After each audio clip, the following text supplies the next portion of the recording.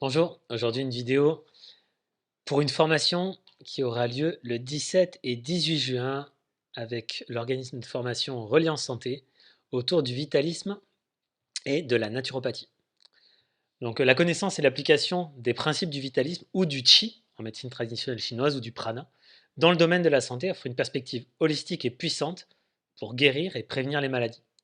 En intégrant ces principes dans votre approche de santé, vous pourrez non seulement améliorer le bien-être de votre client ou de votre patient, mais aussi mieux adapter les conseils et les traitements et les accompagnements dédiés aux individus que vous allez voir.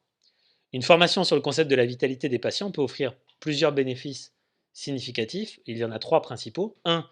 L'amélioration de la prise en charge globale. 2. Le renforcement de la cohérence des pratiques. Et finalement, 3. Le développement des compétences en communication. En effet, ces trois bénéfices soulignent l'importance de la formation continue des professionnels de santé et des équipes de soins, en mettant l'accent sur l'importance de la vitalité, énergie vitale, prana, chi, des patients dans le processus de soins.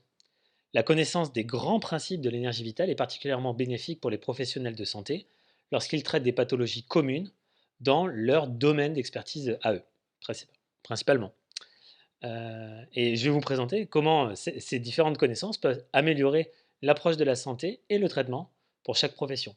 Par exemple, pour un kinésithérapeute, eh bien, en ce qui concerne les traumatismes et les douleurs musculo-squelettiques, euh, ils sont souvent liés à un résultat de déséquilibre de l'énergie vitale, et en comprenant comment cette énergie affecte le corps, alors un kiné peut ajuster les exercices de rééducation pour stimuler l'énergie vitale et ainsi améliorer la mobilité et la force.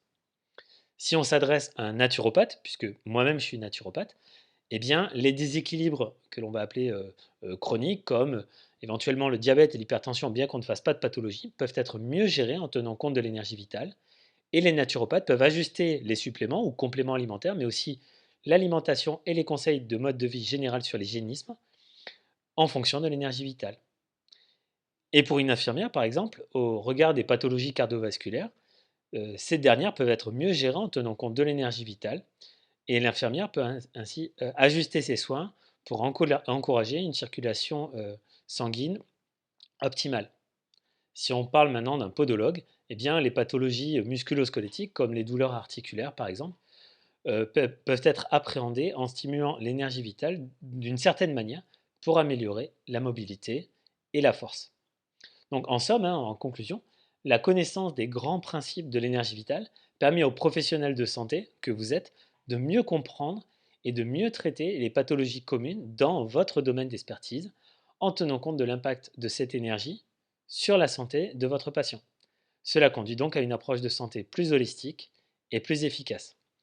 Voilà, je vous invite donc à nous rejoindre pour la formation du 17 et 18 juin, de vous rapprocher de l'organisme de formation Reliance Santé, soit par le mail accueil@reliance-santé.fr, soit par le site internet www.reliance-santé.fr, soit directement par téléphone au 05 61 38 43 56.